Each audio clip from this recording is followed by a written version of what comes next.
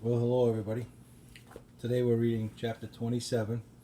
It begins on page 248 and is 9 pages long. Here we go. I apologize for pretty much everything. Wow, I'm a good guy.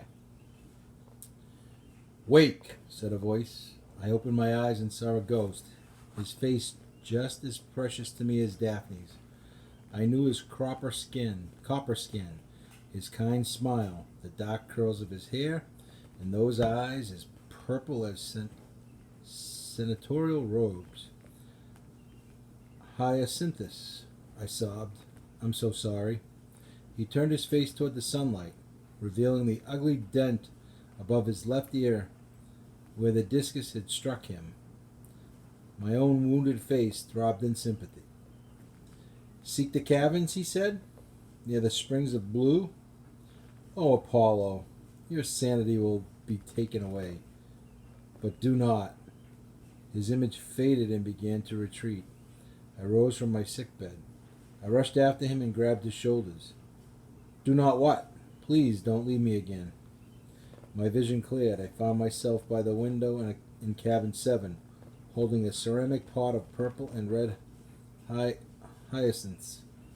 Nearby, looking very concerned, Will and Nico stood as if ready to catch me. He's talking to the flowers, Nico noted. Is that normal? Apollo, Will said. You had a concussion. I healed you, but... These hyacinths, I demanded. Have they always been there? Will frowned. Honestly, I don't know where they came from, but... He took the flower pot from my hands and set it back on the windowsill. Let's worry about you, okay? Usually that would have been excellent advice, but now I could only stare at the hyacinths and wonder if they were some sort of message. How cruel to see them, the flowers that I had created to honor my fallen love, with their plumes stained red like his blood or hued violet like his eyes. They bloomed so cheerfully in the window, reminding me of the joy I had lost. Nico rested his hand on Will's shoulder. Apollo, we were worried. Will was especially. Seeing them together, supporting each other, made my heart feel even heavier. During my delirium, both of my great loves had visited me. Now, once again, I was devastatingly alone. Still, I had a task to complete. A friend needed my help. Meg is in trouble, I said. How long was I unconscious? Will and Nico glanced at each other. It's about noon now, Will said. You showed up on the green around 6 this morning. When Meg didn't return with you, we wanted to search the woods for her, but Chiron wouldn't let us. Chiron was absolutely correct, I said. I won't allow any others to put themselves at risk, but I must hurry. Meg has until tonight at the latest. Then what happens? Nico asked. I couldn't say. I couldn't even think about it without losing my nerve. I looked down. Aside from Paolo's Brazilian flag bandana and my ukulele string necklace, I was wearing only my boxer shorts. My offensive flabbiness was on display for everyone to see. But I no longer cared about that. Well, not much anyway. I have to get dressed. I staggered back to my cot. I fumbled through my meager supplies and found Percy Jackson's Led Zeppelin t-shirt. I tugged it on. It seemed more appropriate than ever. Will hovered nearby. Look, Apollo, I don't think you're back to 100%. I'll be fine. I pulled on my jeans. I have to save Meg. Let us help you, Nico said. Tell us where she is and I can shadow travel. No, I snapped. No, you have to stay here and protect the camp. Will's expression reminded me very much of his mother, Naomi. That look of trepidation she got just before she went on stage.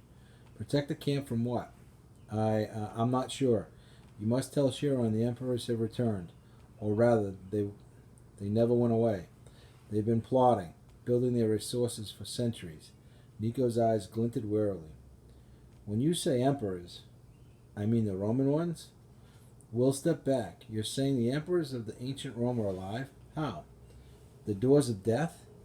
No, I could barely speak through the taste of bile. The emperors made themselves gods. They had their own temples and altars. They encouraged the people to worship them. But that was just propaganda, Nico said. They weren't really divine. I laughed mirthlessly. Gods are sustained by worship sons of Hades. They continue to exist because of the collective memories of a culture.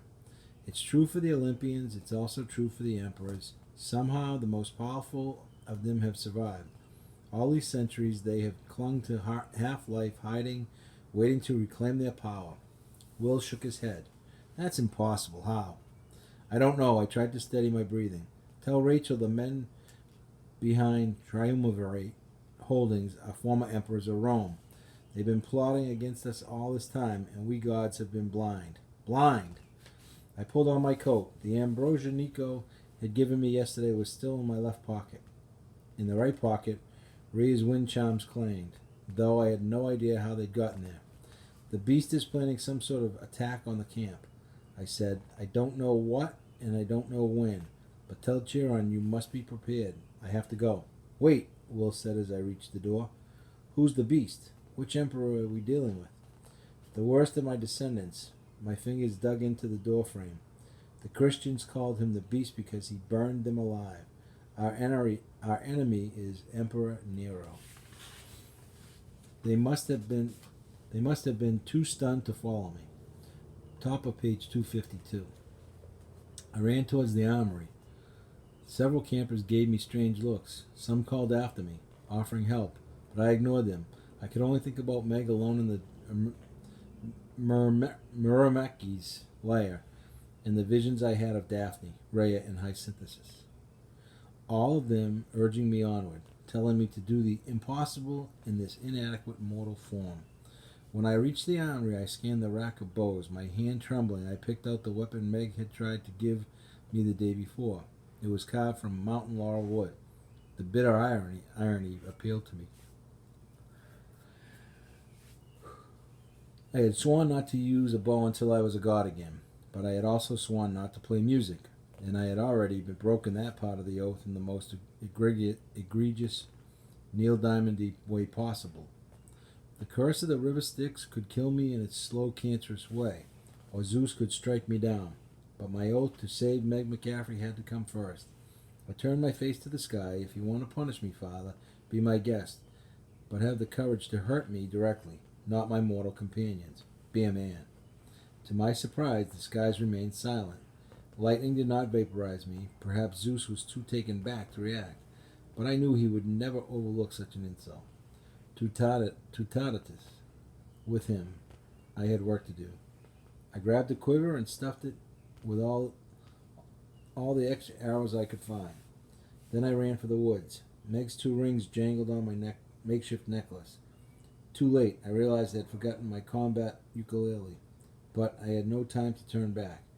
My singing voice would have to be enough. I'm not sure how I found the nest. Perhaps the forest simply allowed me to reach it, knowing that I was marching to my death. I found that when one is searching for danger, it's never hard to find.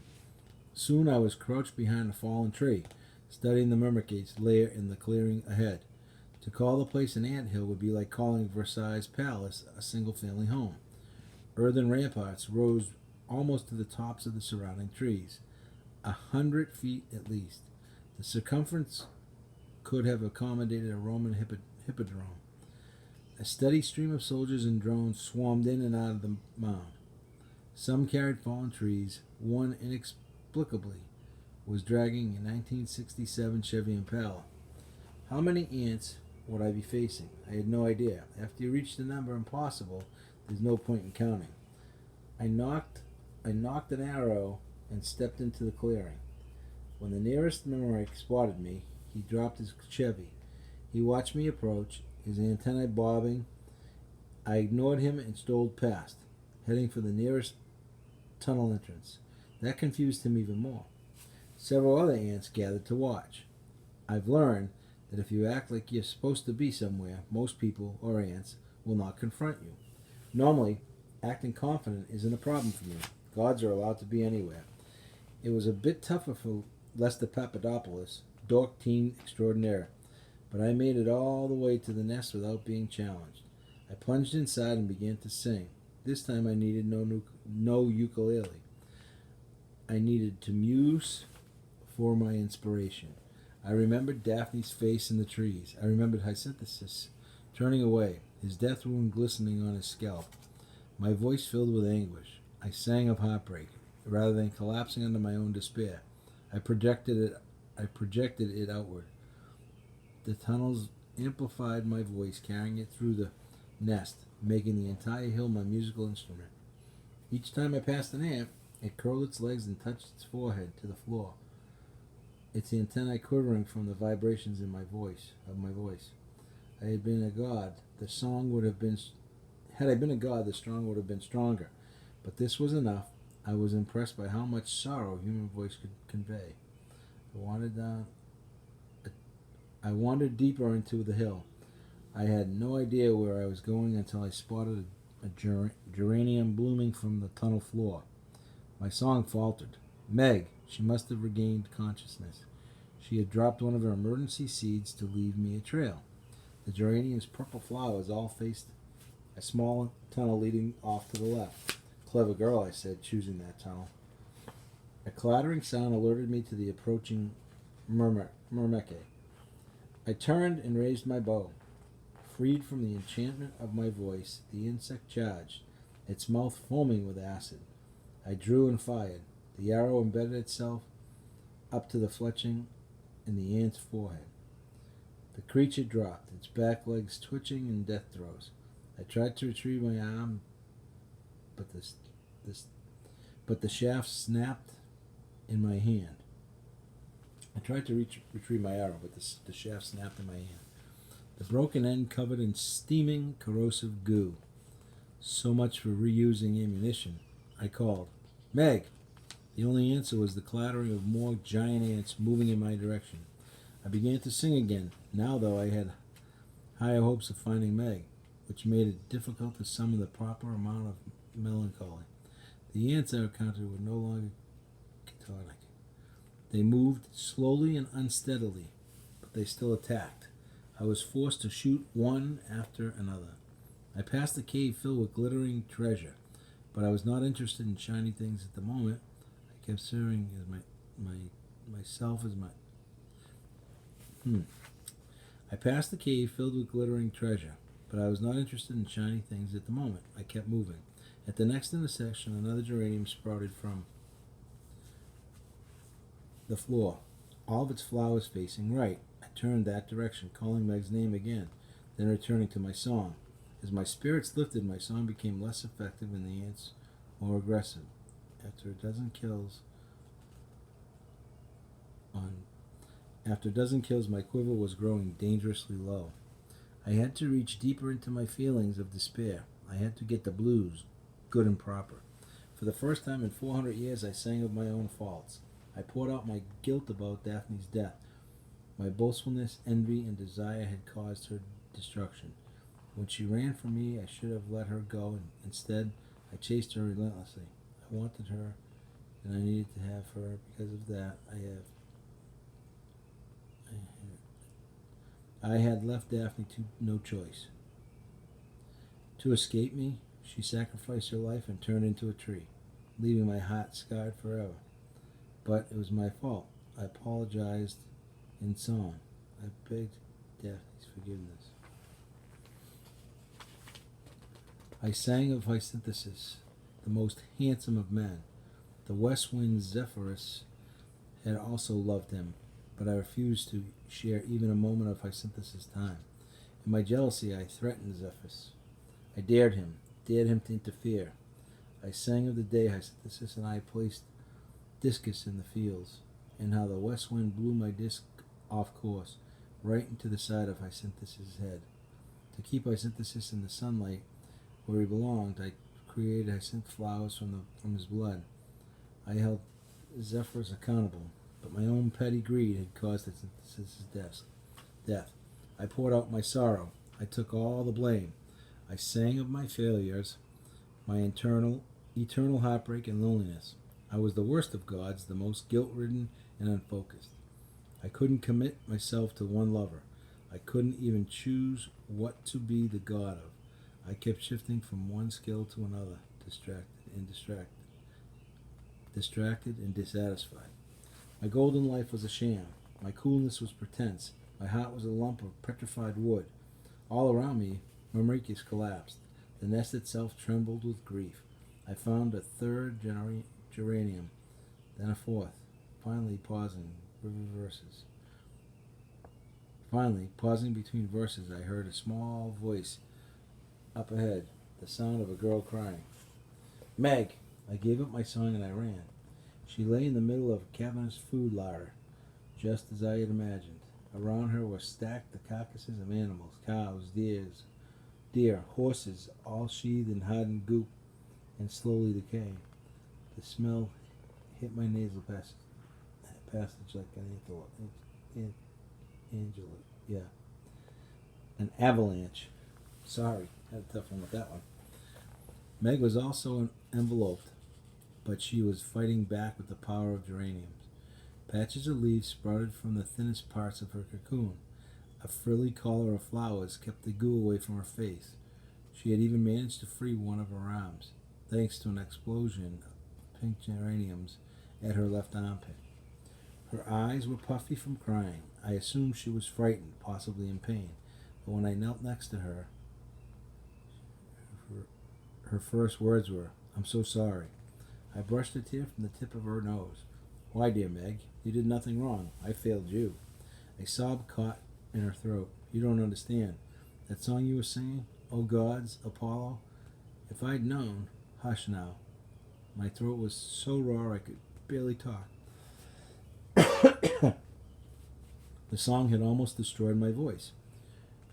"You're just reacting to the grief in the music. Let's get you free." I was considering how to do that when Meg's eyes widened. She made a whimpering sound. The hairs on the nape of my neck came to attention. There were ants behind me. "There are ants behind me, aren't there?" I asked. Meg nodded. I turned as four of them entered the cavern. I reached for my quiver. I had one arrow left. That is the end of chapter 27. Thank you all and have a good night.